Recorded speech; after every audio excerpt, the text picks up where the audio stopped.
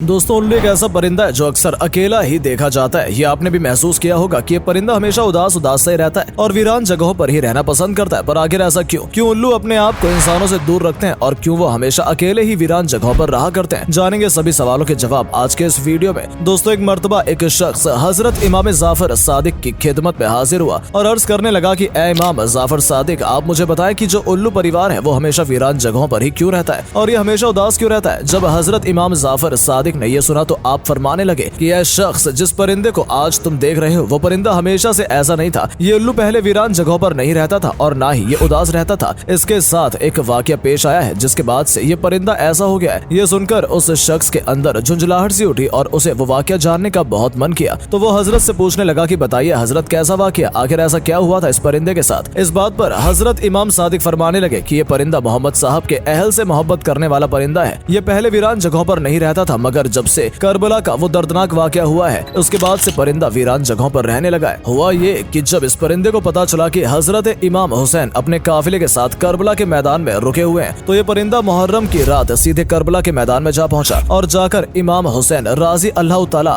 अन्हु से अर्ज करने लगा कि ए इमाम हुसैन, मेरे लिए क्या हुक्म है? तो इस पर इमाम हुसैन ने फरमाया कि ए परिंदे, तुम यहाँ से चले जाओ, क्योंकि कल यहाँ हुजूर सल्लल्लाहु अलैहि वसल्लम की अहल के साथ जो होने वाला है वो तुमसे देखा नहीं जाएगा, तुम इसको बर्दाश्त नहीं कर सकोगे। ये सुनकर उल्लू बहुत परेशान हो गया और अर्ज करने लगा कि ए इमाम हुसैन, मैं यहाँ से नहीं जाऊंगा। जब वो परिंदा जिद करने लगा तब इमाम हुसैन ने उसको वहाँ रुकने की इजाजत दे दी, जिसके बाद उस उल्लू ने पूरा करबले का वाकया अपनी आंखों से देखा। उसने देखा कि अगले दिन सुबह सुबह नमाज के समय से ही एक खूनी जंग छिड़ गई। इसे जंग तो कहना ठीक न होगा, क्योंकि एक और लाखों की फौज थी, दूसरी तरफ 72 लोगों का एक परिवार था और उनमें से कुछ मर्द और कुछ औरतें थी। लेकिन इतिहासकार इस मामले को जंग ही लिखते हैं। वैसे इमाम हुसैन के साथ केवल 75 या 80 मर्द थे, जिसमें 6 महीने से लेकर 13 साल के बच्चे भी शामिल थे। हुसैन ने फौज से मुखातिब होकर कहा कि अगर तुम्हारी नजर में हुसैन गुनहगार है तो इस मासूम ने तुम्हारा क्या बिगाड़ा है? इसको अगर 2 बूंद पानी मिल जाए तो शायद इसकी जान बच जाए। तब तक यजीद ने हुरमला नाम के शख्स को हुक्म दिया कि अरे देखता क्या है, हुसैन के बच्चे को खत्म कर दे। सिपाही ने कमान को संभाला और फिर 3 धार का तीर कमान से चला और हुसैन की गोद में अली असगर की गर्दन पर जा लगा। दोस्तों, 6 महीने के बच्चे का वजूद ही क्या होता है? तीर गर्दन से पार होकर हुसैन के बाजू में लगा। 6 महीने के उस बच्चे ने वहीं बाप की गोद में दम तोड़ दिया। 71 शहीद हो जाने के बाद यजीद ने शिम्र नाम के शख्स से हुसैन की गर्दन को भी कटवा दिया। बताया जाता है कि जिस खंजर से हजरत इमाम हुसैन के सिर को जिस्म से जुदा कर दिया गया था वो खंजर खुद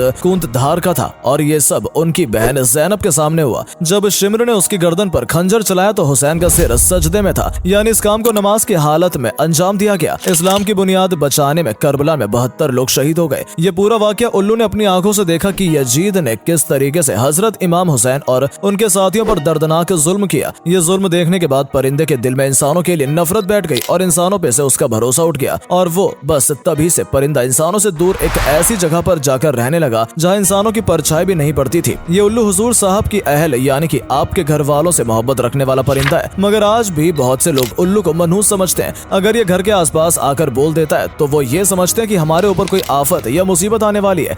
कई बार तो लोग इसके बोलने की वजह से अपना घर बार तक छोड़ देते हैं। दोस्तों, यकीन मानिए कि उल्लू को मनहूस कहना एक जाहिलाना सोच है। ये बेचारे तो एक परिंदे हैं जो कभी कभार ही बोलता है और इसके बोलने से कुछ भी नहीं होता। याद रखें कि इसके बोलने से ना तो आपके ऊपर और ना ही आपके घर में किसी भी सदस्य के ऊपर कोई परेशानी आने वाली है, चाहे रात में बोल दे या दिन में। इस्लाम की समझ अगर आपके अंदर मौजूद होगी तो ये बेमतलब की बातें आपके जहन को गंदा नहीं कर पाएंगी। और एक आखिरी बात कहना चाहूंगा कि अगर आपको कोई बात परेशान करे, जैसे उदाहरण के तौर पर ये उल्लू वाली बात ही एक इंसान ने एक जानवर शख्स से पूछा तो सही इल्म हासिल हुआ, उसी तरह से आप भी सही जानकारी हासिल करिए और सही इंसान से पूछने की कोशिश करिए ताकि ये फितने आपके अंदर घर न कर पाएं। धन्यवाद।